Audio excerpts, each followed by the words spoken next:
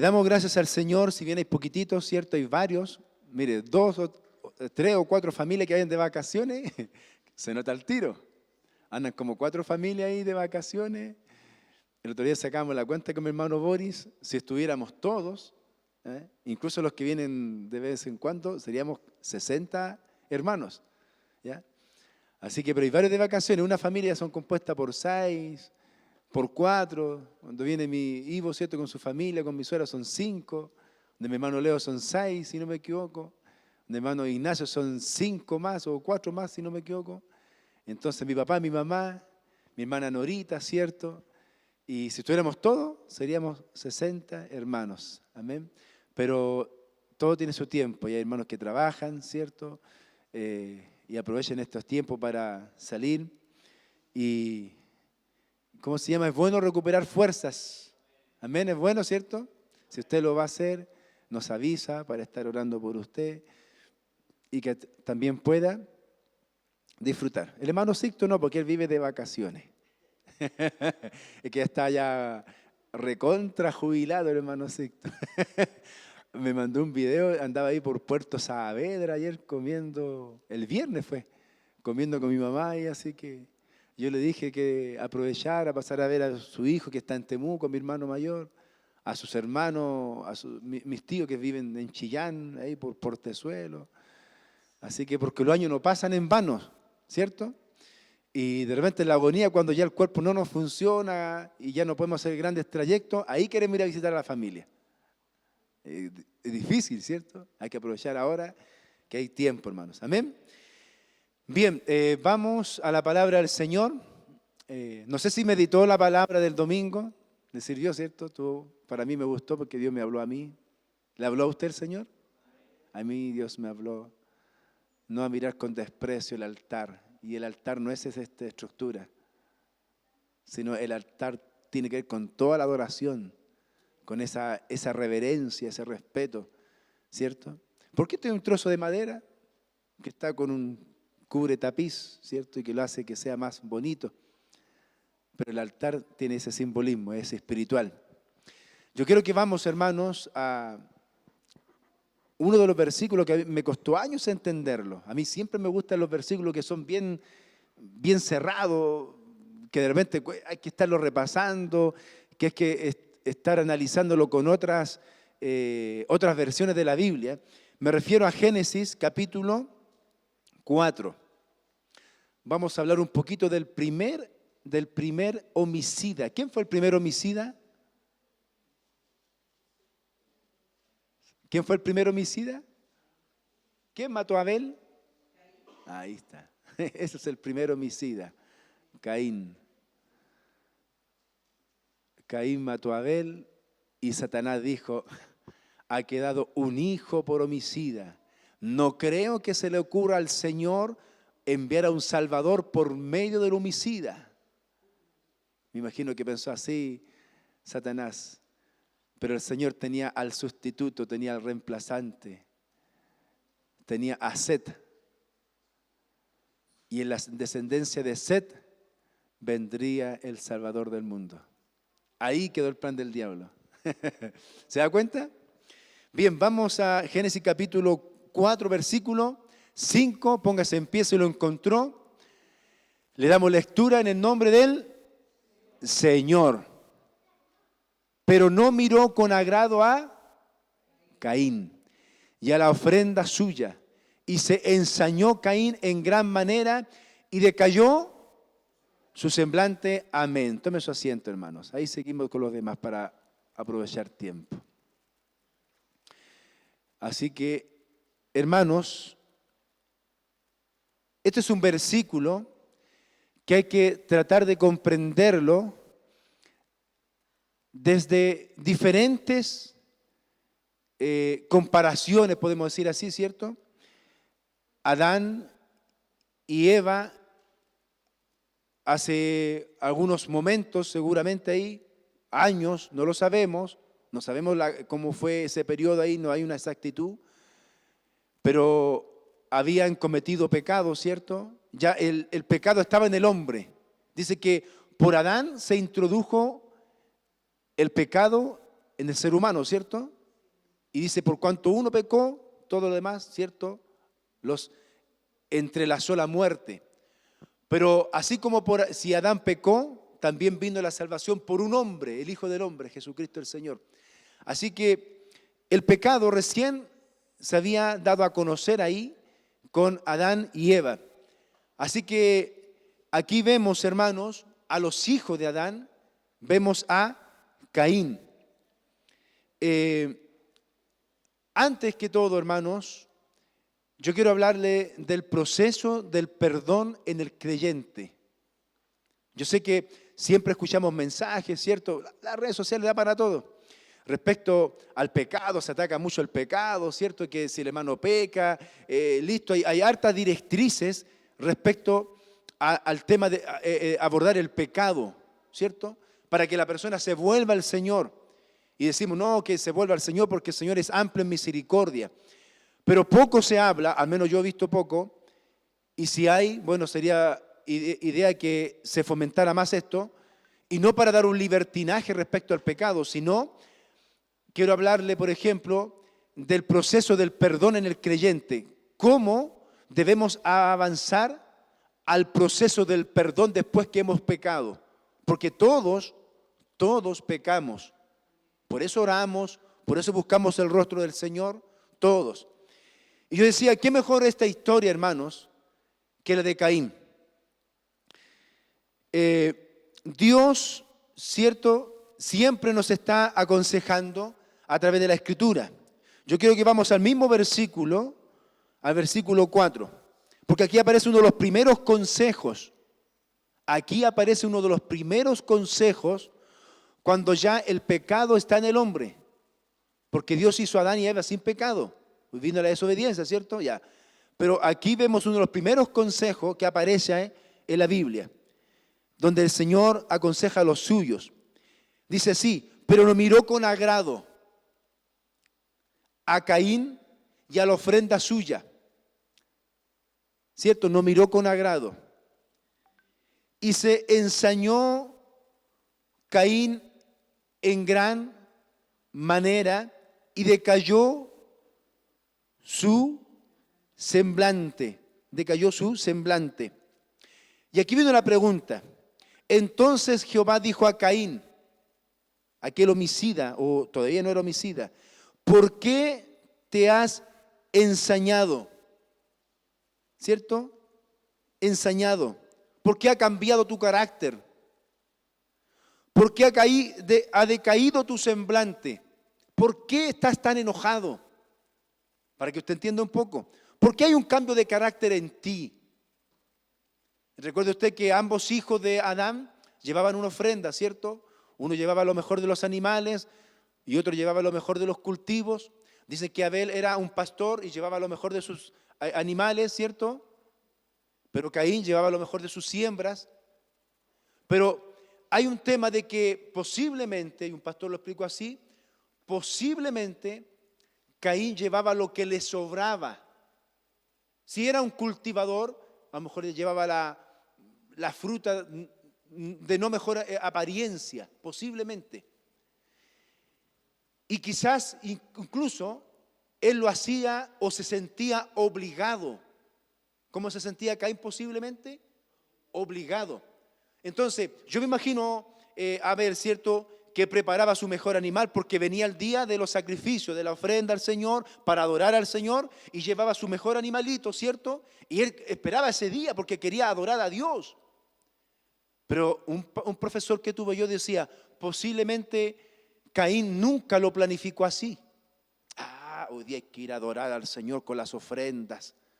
Hoy día hay que ir a adorar al Señor con el sacrificio. Estoy tan aburrido de esto. ¿Qué es lo que tengo a la mano? ¿Verdad que yo soy un pequeño agricultor, así que voy a llevar esta sandía que no está tan bonita, pero es lo que me queda?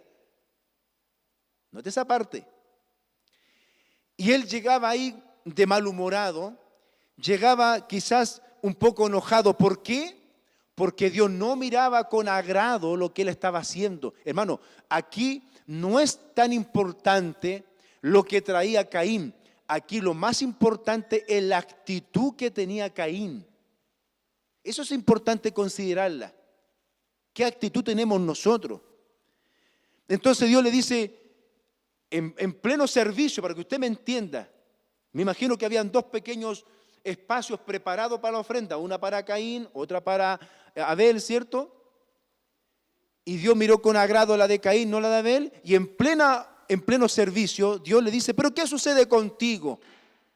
¿Por qué estás tan enojado? ¿Por qué ha cambiado tu forma, tu manera de ver la vida? ¿Por qué hay un cambio en ti negativo? ¿Podrá hacer esa pregunta el Señor a nosotros hoy? ¿Qué sucedería si el Señor le hiciera esa pregunta a usted o a mí? ¿Pero qué sucede contigo? Ya no vienes con deseo de venir a la iglesia. Yo reconozco, hermanos, que yo soy malo para llamar por teléfono. No soy muy bueno para hablar por teléfono. Dicen por ahí que no, que yo llamo, que mando mensajes, pero no soy tan bueno para hablar por teléfono. Así que Grisela apenas me contó de nuestra hermana que tuvo el accidente, al tiro le mandé un audio a ella me respondió. Si hay algún hermano que esté enfermo, yo lo llamo, le mando un mensaje. Pero yo he aprendido una mirada desde el liderazgo. Un liderazgo sano tiene que ser influyente, no invasivo. Yo puedo estar preguntando por los hermanos, especialmente por los que comúnmente vienen a la iglesia. Un hermano puede hacer la crítica, es que la iglesia no se preocupa por mí, es que hermano no sabemos nada de los hermanos algunas veces. Y yo me pongo del otro lado, me pongo en la vereda, ¿qué hacemos? ¿Llamamos o no llamamos? A lo mejor no quiere que lo llamemos. A lo mejor somos demasiado invasivos. Y cuando se es demasiado invasivo, es nocivo. Hay gente que no le gusta que lo llamen mucho. Hoy día que ya con 8 años de pastor yo me he dado cuenta que hay gente que no le gusta que lo llamen mucho. Ya, si voy a aparecer, ya si el domingo capaz que me vea por ahí. Y uno queda con el teléfono ahí. ¿Por qué lo llamé? ¿Por qué lo llamé? Entonces, ¿cómo sería la pregunta del Señor hoy? ¿Qué es lo que ha pasado contigo? La misma pregunta que el Señor le hace a Caín. Escuche bien, y aquí viene el consejo que yo le decía. Quiero que, mire, nosotros estamos leyendo la Biblia Reina Valera. Yo siempre aconsejo a mis hermanos, para que entiendan algunos versículos, haga la comparación, y esto lo aprendí dentro de la teología, no comparar un versículo contra otro versículo, porque la palabra de Dios no se contradice entre sí. Lo que tenemos que hacer es comparar un versículo con otro versículo, no contra. ¿Se da cuenta de la diferencia? Entonces, ahí hay buenas traducciones que usted las puede, está en internet, y así tiene una mayor comprensión del versículo. Miren lo que dice el versículo 7. Si bien hicieres, o sea, ya aparte dando un consejo el Señor ahí. Si bien hicieres, le está diciendo a Caín, vienes enojado, vienes de mal humor, a mi servicio, hermanos queridos, el único merecedor de toda honra y toda alabanza es el Señor. Y el Señor le dice, yo soy el digno de alabanza y adoración y tú vienes de mala manera. ¿Qué pasa, Caín? Entonces, ¿sabes qué, Caín? Pero si tú hicieres bien las cosas, si tú hicieras bien las cosas, y aquí hace una pregunta, ¿acaso no serás enaltecido? Le hago una pregunta. Si hacemos bien las cosas, ¿vamos a ser humillados? ¿No es cierto? Si hacemos bien las cosas, seremos enaltecidos. Una vez un hermano, no sé si fue mi papá o no, pero un hermano me dijo, y yo le encontré toda la razón, me dijo, a mí no me gusta cuando me retan, ¿cierto? Me llama la atención por culpa de otros. Coincidimos en eso, ¿cierto? Llamar la atención a usted por culpa de otros es como que, bueno, cuando uno es líder, yo sé algo más simple, cuando uno es supervisor de un trabajo, yo pasé por eso, Y me llamaba la atención por uno de los que yo estaba supervisando. Decía, pero ¿cómo soy el primero que me levanto? Llego a las 7:15 a la planta. Tomo desayuno normalmente, marco mi horario, qué sé yo, firmo mis permisos de trabajo, todo. Y alguien de una manera irresponsable, sabiendo lo que estaba haciendo, lo hace mal y me llama la atención a mí. Eso es parte de ser supervisor o líder. Y uno tiene que asumir, tiene que quedar callado. Ahora, el buen líder, para no apartarme del tema, asume las responsabilidades sin tener él la culpa, pero asume la responsabilidad de su grupo, a pesar que él no hizo mal las cosas, simplemente alguien de su grupo le hizo mal. Porque es fácil ser buen líder cuando las cosas resultan bien, pero ser buen líder cuando las cosas van mal. Es que, hermanos queridos, ser enaltecido requiere que las cosas las hagamos bien. ¿Cómo tenemos que hacer las cosas? Bien. El Señor le dice, debes saber que si tú haces el bien, haces las cosas bien, te organizas bien, ¿sabes qué, Caín? Vas a ser enaltecido. Y la palabra enaltecido significa vas a estar por sobre otros. La semana pasada vimos ese punto, ¿se acuerdan? Pregúntele al que ha colaborado toda su vida cómo le ha ido. Yo conozco casos, Dios los ha bendecido, porque hacen las cosas bien, las hacen ordenadamente, sin murmuración. Escuche bien. Si no hicieres bien, le dice el Señor. Y aquí viene, hermano, algo fundamental. El pecado está a la puerta. ¿Dónde estaba el pecado? Y aquí uno tiene que llevarlo a la parte espiritual, pero así, sin tanto rodeo, tiene que llevarlo a la parte espiritual. ¿Por qué? Como que Dios hablara de un lugar que tiene que ver como una casa, ¿cierto? Y en ese espacio, en esa pequeña casa, hay adoración, hay obediencia, hay sujeción, pero fuera de esa casa está todo lo contrario a Dios. ¿Me está entendiendo, cierto? Es como que Dios dijera, mira, este es mi templo, esta es mi casa. Aquí se hace todo lo que yo digo, aquí se adora mi santo nombre, aquí hay obediencia, aquí hay santidad, aquí hay comunión entre los santos. Fuera de esta casa no hay nada. Todo es contrario a mí, diría el Señor. ¿Y por qué? Porque le dice, y si hicieres bien, el pecado está en la puerta. Con todo esto, a ti será su deseo. En otras traducciones dice, ojo, atento Caín, el pecado te está esperando en la puerta. Si tú no haces las cosas bien aquí, el pecado te estará esperando en la puerta porque te desea, quiere destruirte. Esa sería la traducción. El pecado está en la puerta, te desea, te anhela, quiere destruirte. Así es el pecado con nosotros. Nos espera en la puerta espiritual y no en esta puerta del edificio. No me refiero a la puerta, a la mampara como le conocen algunos, ¿cierto? No, me refiero a la puerta espiritual porque estamos en un espacio donde servimos a Dios, pero si nos salimos de ese espacio, hay un pecado en la puerta espiritual esperándonos porque nos desea, porque quiere destruirnos. Quiere destruir nuestras vidas, quiere destruir nuestras relaciones, quiere destruir nuestros matrimonios, quiere destruir la relación con nuestros padres, quiere destruir la relación con nuestros hijos, quiere destruir nuestro negocio, quiere destruir nuestra vida espiritual. Él quiere destruirnos completamente y está en la puerta y nos desea. Así que sí, el apóstol Pablo tenía totalmente razón. Dijo, mira, el que no ha caído tenga cuidado. Tenga cuidado, porque ahí está el pecado, esperándonos, deseándonos, quiere destruirnos totalmente. ¿Me sigue, cierto? Con todo esto, dice el Señor, a ti será su deseo, o sea, te desea. Y aquí dice el Señor, y se lo dice a usted en este día, hermanos, hermanas queridas también. Y tú, diga conmigo, y yo te enseñorearás de él.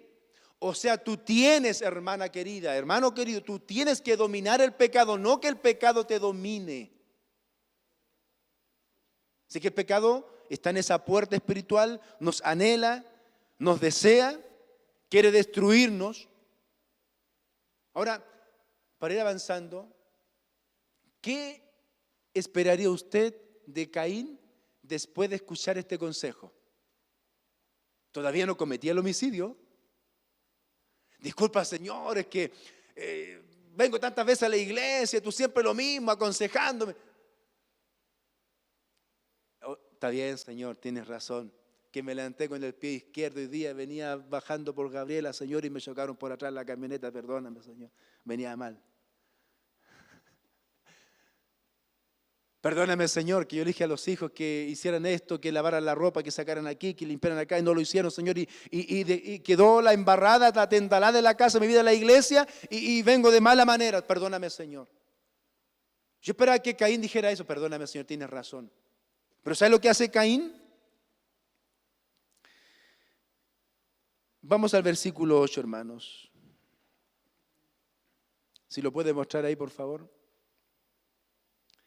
Y dijo Caín a su hermano, mire, Caín acababa de escuchar el consejo. Es lo mismo que nosotros acabamos de escuchar el consejo el día domingo y salimos de esta puerta y se nos olvida. Aquí es lo mismo. Caín dijo a su hermano, oye Abel, salgamos al campo, estoy contento porque he recibido los mejores consejos de mi vida. Caín a su hermano Abel le dijo, salgamos al campo. Y aconteció que estando ellos en el campo, ¿sabe lo que simboliza el campo? Por eso no pase por alto las palabras. El campo es la vida. Es la vida con sus afanes. El campo es la vida con sus problemas. El campo es la vida con la cesantía, con la pobreza, con el trabajo, con la enfermedad, con los aciertos, con los momentos felices y los momentos tristes. Eso es el campo. Salgamos al campo y Caín se levantó contra su hermano. ¿Cómo usted interpreta la palabra se levantó? Se levantó contra su hermano Abel y le dio un abrazo. ¡Qué bien, Abel! ¡Qué muy linda tu ofrenda! Bueno, el Señor me retó a mí un poquito, pero he aprendido y le doy gracias al Señor por el consejo. Bueno. Dice que lo mató. Hermano, Caín acababa de escuchar un consejo que debía haber cambiado de rumbo toda su vida por siempre. Y no fue así. O sea, Dios le dice, ¿por qué estás tan enojado? Dios lo reprime, ¿cierto? Lo amonesta y vuelve a salir enojado de la presencia de Dios. ¿Acaso no pasa eso con los creyentes? Vienen a la iglesia, adoran y se vuelven enojados a sus casas. ¿Acaso no pasa eso con los creyentes, hermanos? Vienen a la iglesia, adoran, pero vuelven a su casa con el mismo enojo. Aquí Caín tenía que haber escuchado el consejo y haber cambiado de rumbo, pero ¿qué es lo que hace él? Planifica, lo saca al campo, que representa la vida del ser humano, y dice que lo mató. Lo mató. ¿Está aquí, cierto? Que el Señor nos bendiga, que el Señor nos guarde, hermanos. Ahora, escuche bien lo siguiente. Respecto a este proceso del perdón en el creyente, ¿cómo debemos avanzar al proceso del perdón después que hemos cometido pecado? ¿Cómo? Lo primero que debemos entender, después que hemos cometido pecado, es que habrá alguien muy feliz. Por suerte no soy yo. Si usted peca, yo no voy a estar feliz. Lo más probable es que me ponga triste, porque dice el libro de los Hebreos, velad y estar sujetos a vuestros pastores, como que si ellos tuvieran que rendir cuenta por vuestras almas. Y yo con todo lo que me ha pasado en estos últimos 8 años de pastor, con el consejo que he tenido que dar, con las situaciones, consejos matrimoniales, todo. Hay historias que ojalá nunca yo los hubiera escuchado, pero dolía aquí en el corazón. Dolía escuchar, hermano, cómo se destruían sus propios matrimonios. Aquí dolía. Así que si hay alguien feliz, le hago una pregunta. Todos hemos pecado, pero ¿usted se siente feliz después que peca? Si usted ve que la vecina siempre le tira basura para su casa, la vecina, y un día usted se le cortaron los frenos y abrió la boquita un poquito de más. Y después que vino, la culpabilidad, que no todos los hombres que asisten a la iglesia o mujeres sienten esa culpabilidad, solamente un nacido de nuevo. Porque el que no ha nacido de nuevo nunca sentirá la culpabilidad espiritual.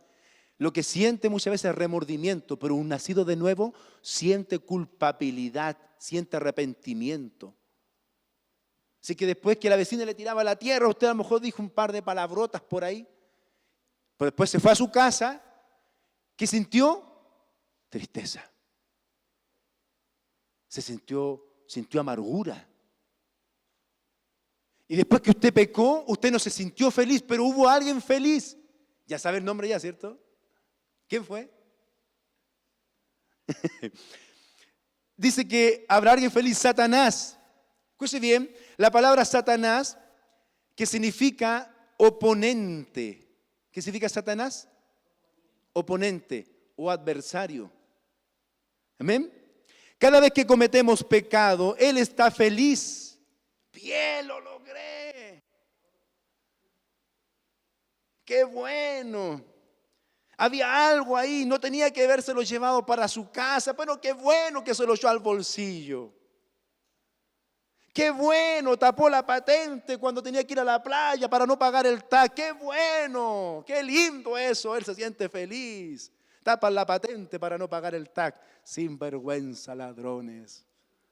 Un peso que se ahorren y después traen ofrendas al Señor. ¡Qué bueno! Le fueron a vender unas herramientas baratas. Estaban baratitas las herramientas. ¡Qué bueno! La compró. Eran de un señor que pagó en 6 cuotas sus herramientas y este pseudo cristiano se las compró y las compró a mitad de precio. ¡Qué bueno! ¡Aleluya! Qué bueno, compró un auto que venía con su número de chasis adulterado y compró el auto a mitad de precio. Yo he conocido historias así. Y evitando las fiscalizaciones, porque si viene lo del servicio especial de búsqueda de vehículos y ven que el número de chasis no coincide con el número motor, aquí hay algo raro. Cristianos en autos que no les corresponden. Diga santo es el Señor. Aleluya.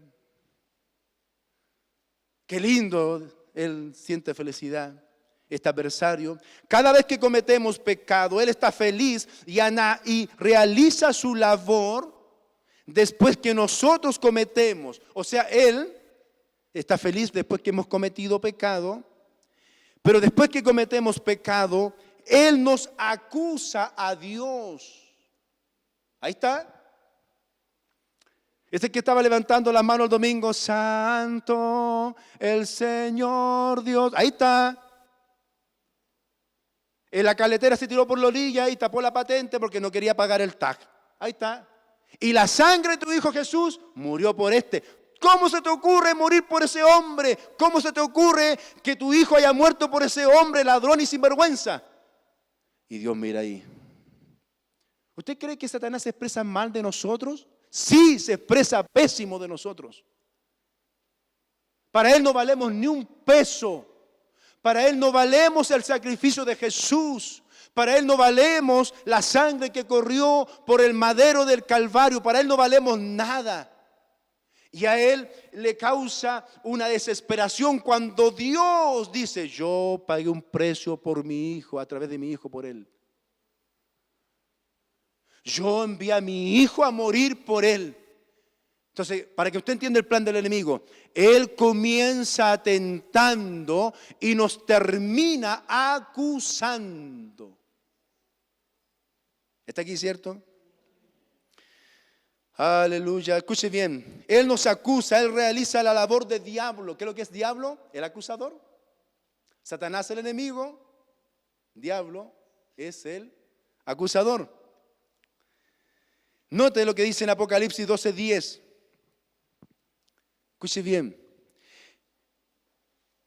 Entonces oí una gran voz en el cielo que decía: ahora ha venido la salvación, el poder y el reino de nuestro Dios y la autoridad de su Cristo, o sea, de su ungido, porque la palabra Cristo es ungido, porque ha sido lanzado fuera él.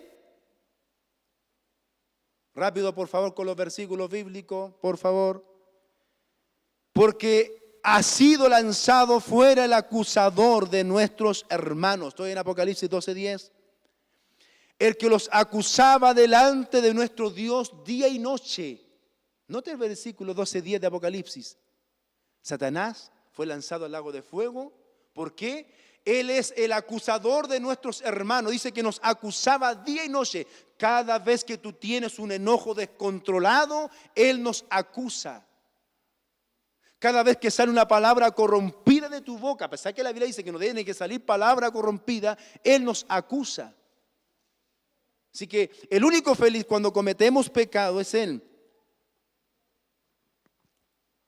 Te quiero decir algo, hermanos, como dijo Gigi Ávila. Sonríe, Cristo le ama. El Señor nos ama, sí, pero Él quiere que aprendamos esto. Escuche, mire, el primer consejo respecto a esto, después que he cometido pecado, escúchelo bien, después que he cometido pecado, por eso oramos, es reconocer lo cometido. ¿Qué cosa? Reconocer lo que he cometido. Pecamos en el pensamiento. El otro día yo leía a Mateo y decía, bueno, ustedes dijeron que respecto a esto, respecto a aquí, y a mí me encanta esa frase cuando dice el Señor, pero yo os digo, cualquier hombre que codicia a otra mujer en su corazón ya está cometiendo adulterio. Y esa autoridad del Señor para decir, pero yo os digo. Entonces, lo primero que yo debo hacer es reconocer lo cometido. Reconocer, mire, en este proceso de reconocer el pecado, solo es un estado de valentía. Porque reconocer nuestra falencia, reconocer nuestro pecado, solamente es de valiente, ¿cierto? Si reconocemos lo cometido, ¿cierto? Podemos alcanzar misericordia. Escuche bien, el cobarde cubre su maldad, mas el justo los confiesa. Proverbios 28:13. ¿Qué es lo que hace la persona que no quiere confesar sus pecados, no quiere nada? Dice que el cobarde cubre su maldad. El pecado lo cubre. Mire, David, poco se habla de esto, igual me gusta a mí, ¿sabe por qué? Porque Dios dijo, David, un hombre conforme a mi corazón. Pero David fue un autor intelectual de un homicidio. ¿Se ha dado cuenta? Mandó a asesinar a Urías. Él planeó todo, él mandó una carta, póngalo de los primeros en la batalla, ante la batalla más dura, póngalo de los primeros, para quedarse con la mujer. Y Dios dice, David, un hombre conforme a mi corazón. En otra predicación vamos a hablar de eso, para que usted entienda, porque la palabra de Dios no se contrapone contra sí. Pero dice, en el Salmo 51, dice, mientras callé y encubrí mis pecados, dice que mis huesos se secaron. Pero cuando se los confesé, en pocas palabras dice, fui sanado, fui perdonado, fui restaurado. Hermanos queridos, Si hemos declarado que este tiene que ser un año de la tierra fértil, lo primero que yo debo reconocer son mis pecados, mis falencias, mi desobediencia, mi falta de sujeción a la voluntad del Señor. Y verás que la tierra seca, la tierra estéril, será una tierra fértil y va a producir bendición en tu familia, en tus hijos. Pero hay que reconocer nuestros pecados. Escuche bien. El que encubre sus pecados no prosperará, mas el que los confiese y se aparta de él alcanzará misericordia. ¿Cierto? Alcanzará misericordia. No puede haber perdón de pecados si no reconocemos lo que hemos hecho. ¿Cómo va a haber perdón si no confesamos? ¿Cómo va a haber perdón si no le confieso al Señor? Escuche bien el segundo paso. El primer paso era reconocer lo cometido, ¿cierto? Y en el segundo paso es confesar. No puede existir restauración sin antes de haber confesado nuestro pecado. Y ahí está el Salmo 51. ¿Sabe usted que de esa relación nació un niño entre Betsabé y David? Y David dijo, bueno, aquí ya murió Urías. Betsabé es linda. Estoy feliz, pero nació un niño de esa relación. Y golpea la puerta. ¿Quién será? Y le dicen el profeta Natán, Señor o Rey. Y Natán se paseaba ahí. Oye, Rey, tengo un problema. Dime, Natán. Había un hombre que tenía varias ovejitas y había un hombre que tenía solamente una. El que tenía varias ovejitas, de pura envidia, de puro deseo, mandó y le quitó al que tenía solamente una ovejita, la mató la ovejita y se la comió. ¿Y qué es lo que hace David ahí? Con su propia boca lo declara. ¿Quién es ese hombre? Ese hombre merece la muerte. ¿Quién es? Ese eres tú. Ese eres tú. Pero llevamos al tema del niño. Cuando fue descubierto él, porque David no sintió en apuro en confesar, él cuenta su experiencia, él dice que mientras cayó sus huesos se secaron, pero él estaba callado al principio, no quería que fuera descubierto. ¿Qué es lo que pasa? Cuando pasa toda esta sentencia, se enferma el pequeño y dice que los sirvientes lo tenían en brazo. Lo tenían en brazo. Dice que David estaba en ayuno, estaba orando para que Dios le sanara la vida al niñito. Y de repente los sirvientes lo quedan mirando a él y él justo queda mirando a los sirvientes y él entiende que el niño había muerto. Después, con esa misma mujer, cuando ya David había sido perdonado por Dios, ella queda embarazada nuevamente y nace el rey Salomón. Pero, hermanos, nosotros debemos confesar nuestras faltas. Usted no tiene que correr a contar sus faltas a un amigo, a un pariente, al pastor. Lo primero que usted tiene que hacer es correr a las plantas de Cristo. No puede ser que el amigo, que el familiar, que el pastor se enteren primero de la falta y Dios esperando para dar un perdón sea el último.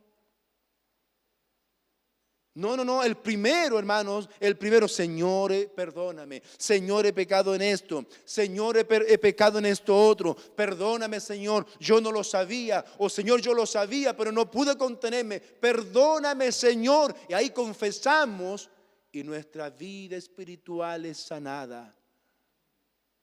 ¿Cómo puede haber una tierra fértil si no confesamos nuestras ofensas? Tercer consejo para avanzar en el proceso del perdón en el creyente. Y este es el último. 3. Esforzarse para no volver a cometer el mismo pecado. Esforzarse para no cometer el mismo pecado. El primero es reconocer, el segundo es confesar, pero el tercero tiene que haber un esfuerzo. Tiene que haber un esfuerzo. Vamos rápidamente a Gálatas capítulo 5.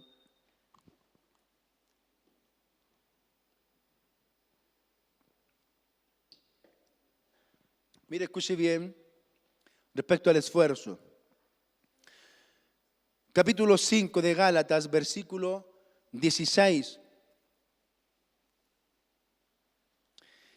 Se lo leo rápidamente, mientras lo buscan ahí en la pantalla.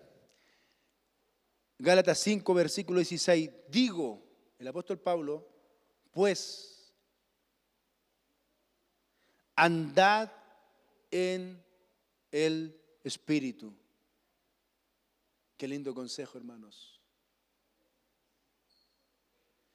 Y no satisfazáis los deseos de la carne. Andad en el Espíritu, y para que usted me entienda, y no le den rienda suelta a los deseos de la carne. Porque el deseo de la carne, y aquí el apóstol Pablo, yo lo veo como que él da un subtítulo y después se introduce completamente en este consejo tal, hermano, si estos versículos nos vienen a causar terror, estos versículos, para mí que soy pastor, vienen a sanar una relación. Porque el deseo de la carne es contra el espíritu. Es contra el espíritu. Y el espíritu es contra la carne. Y estos se oponen entre sí. Y ahí tenemos que entender nosotros que entre esta carne hay una lucha constante con el espíritu. Amén. Esta carne quiere que sea satisfacida, ¿cierto?, por las cosas mundanales. Y esas cosas mundanales no están en concordancia con el espíritu. Dice que quien siembra para la carne, ¿qué cosechará? Muerte. Quien siembra para el espíritu, cosechará vida, vida eterna y vida en abundancia. Dice que se oponen entre sí, para que no hagáis lo que quisierais. Y estos se oponen entre sí, ¿cierto? 18. Pero si sois guiados, diga conmigo, quiero ser guiado por su Espíritu Santo. Quiero ser guiado por Él, quiero ser guiado por su presencia. Si el Señor dijo que no íbamos a estar solos, y lo dijo por esta razón, porque sabía que íbamos a ser tentados en varias cosas, pero el Señor dice para que seáis guiados por el Espíritu. No estéis bajo la ley, y manifiestas son las obras de la carne, que son, escuche bien, adulterio, y eso ocurre dentro de nuestras iglesias. Eso ocurre, pero hay un consejo ahí. No todo el que diga Señor, Señor entrará al reino de los cielos. Fornicación, jóvenes, adolescentes, que está en la llama de la sexualidad, muchas veces encendida, basta solamente un pequeño fosforito en un pasto seco para que el deseo sexual fuera del contexto del matrimonio se encienda. Por eso tenemos tantas muchachitas, adolescentes embarazadas fuera del matrimonio. Porque la fornicación es relación sexual fuera del contexto del matrimonio. Paréntesis. ¿Habla usted esas cosas con sus hijos o sus hijas? Fornicación. 2. Inmundicia. Hay cosas inmundas, y el apóstol Pablo dice, ni siquiera tienen que ser conversadas entre vosotros, son tan inmundas que ni siquiera deberían estar en nuestras conversaciones. Pero él da un consejo ahí. A esos que practican la inmundicia, y es duro el consejo, ni el saludo os deis, ni sus ropas inmundas os toquéis. Y si hay un familiar que practica cosas inmundas, ¿cómo lo hacemos ahí? Y nos invitan al cumpleaños. Dice que el que practica cosas inmundas, ni el saludo ni las ropas contaminadas debemos tocar. ¿Cómo lo hacemos? Tarea para la casa.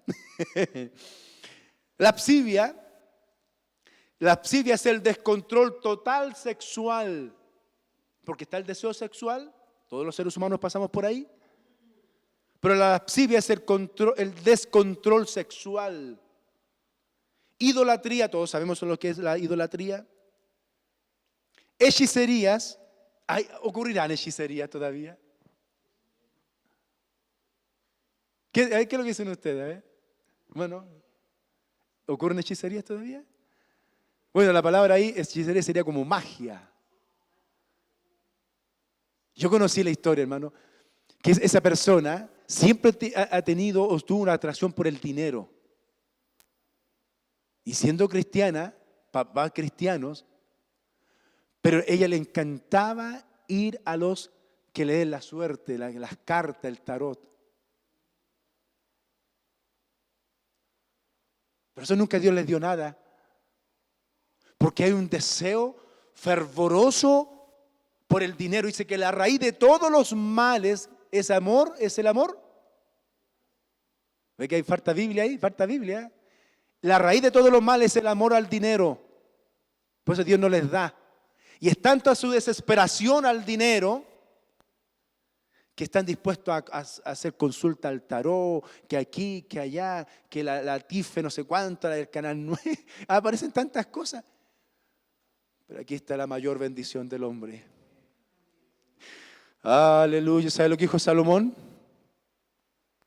Está bueno escribir libros. Y leerlos también está bueno. Pero ¿sabes qué? El leer y escribir libros es fatiga para la carne. Mas teme tú a Dios. Ahí está el secreto, joven. Ahí está el secreto. Ahí está el secreto. Hechicerías, enemistades. Mira lo que siembra la carne. Enemistades. Pleitos. Hermanos, esta carta no fue dirigida al mundo, fue dirigida a una iglesia en Galacia. La iglesia de los Gálatas tenía pleitos, celos. Ocurren celos dentro de nuestras iglesias. ¿Y por qué el pastor está conversando más con él y no conversa conmigo?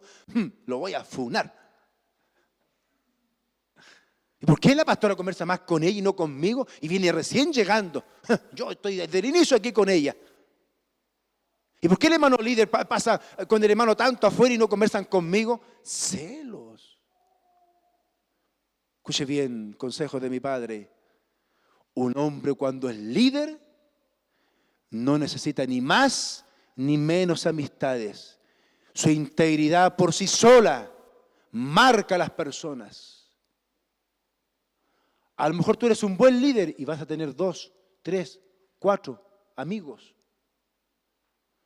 Pero a lo mejor eres un murmurador, eres a lo mejor un retractor y te vas a rodear de mucha gente.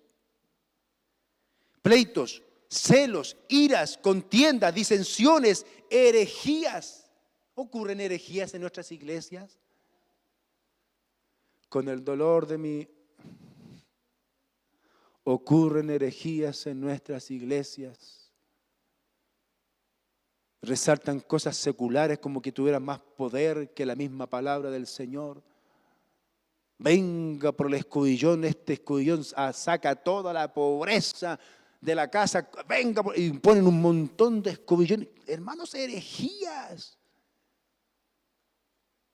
Herejías. Mi pastor, mi primer pastor, decía así. Y estoy hablando de pastores del año 60, del 70, 80, que fueron... Yo escuché un mensaje de un pastor de eso, no sé si estaríamos sentados escuchándolo aquí nosotros. Esos pastores antiguos, que es muy bueno esos pastores. Nada de seminario teológico, muy capo para la Biblia. Mi pastor era caperuso. Pero él decía, yo no le coloco las manos en los fierros por los autos. No le coloco las manos en los pedazos de palo para pedir la bendición. Porque la persona es común que llevan un auto. Yo cuando veo a los hermanos digo, hermano, yo no voy a orar por eso porque es un pedazo de fierro. Yo oro para que Dios te cuide a ti y te bendiga a ti. Y el pastor decía, yo no pongo la mano en los pedazos de fierro. No, no, no, no. Esos son pedazos de fierro. Yo oro por la persona para que esa persona donde vaya sea bendita, sea próspera, sea bendecida. Y él decía así, siendo empresario él, yo donde voy yo soy bendito. Y si llevo una casa pobre, esa casa es bendecida porque Dios me ha bendecido a mí. Hágame esa. Pastor, 400 personas, la iglesia grande, se conocía como la iglesia de los autos en los años 80. Imagínense la cantidad de autos. Fornicación, homicidio, ¿cierto? Idolatría, hechicería, enemistad de pleitos, herejías, envidias, homicidios, borracheras. Mire, homicidios, y podemos tomarlo de las dos formas. El homicidio espiritual, ¿cierto? Que alguien daña a otro, y ya el otro literal, ¿cierto? Y las borracheras. Si usted analiza eso, yo no estoy diciendo que no beba. De hecho, yo le puedo dar un dato. Ah, ¿ve qué carnal? Pero la borrachera se tiene que analizar desde que se pierde el control de las emociones. Si tú no tienes control de tus emociones, ¿qué haces espinándote el codo? Es que, pastor, yo siempre pierdo el control. Entonces, hermano, tú no naciste de nuevo, po. Mi familia, mi papá de Chillán, de Portezuelo, y la parte cerquita ahí, que John. ¿Se conoce? Por el pipeño, buen vino. De hecho, a la puerta donde unos tíos, hay un parentesco, hay una persona, tienen viña ahí, hacen creo que son como 800 mililitros al año, muy buen vino, me han dicho. En buen vino, vino blanco, rico vino blanco, me han dicho. Pero si yo pierdo el control de mis emociones, entonces hay otro que me domina. Ese es el problema. Y esa es la borrachera. Y te hago una pregunta más pete, más pentecostal. ¿Los borrachos heredarán el reino de los cielos? ¿Qué dice Corintio? No erréis, ni los fornicarios, ni los borrachos, ni los homicidas, ni los afeminados heredarán el reino de los cielos. ¿Se da cuenta que no está acostumbrado a esos versículos? ¿Se da cuenta, no? Y dice así la Biblia. Entonces, si eso te controla tus emociones, porque hay gente que para calmar su ansiedad o para hay gente que ha sufrido mucho, hermano, y para calmar su dolor, su desesperación, consumen alcohol.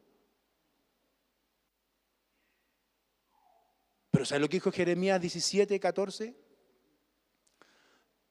Sálvame y seré salvo, sáname y seré sano, porque solamente tú eres mi alabanza. Si estás pasando un estado de desesperación, hay un gran sanador, un gran restaurador, hermanos queridos. Dios te bendiga. Borracheras, orgías y cosas semejantes a estas, acerca de las cuales os amonesto. Esa palabra, escuche bien, amonesto, ¿por qué? Porque estaba pasando posiblemente la iglesia ya. Como os ya lo he dicho antes, que los que practican tales cosas no heredarán el reino de Dios. No heredarán el reino de Dios. Y aquí esto, 22. Mas el fruto del Espíritu es amor. Yo me lo aprendí de memoria. ¿A eso lo sabe de memoria usted?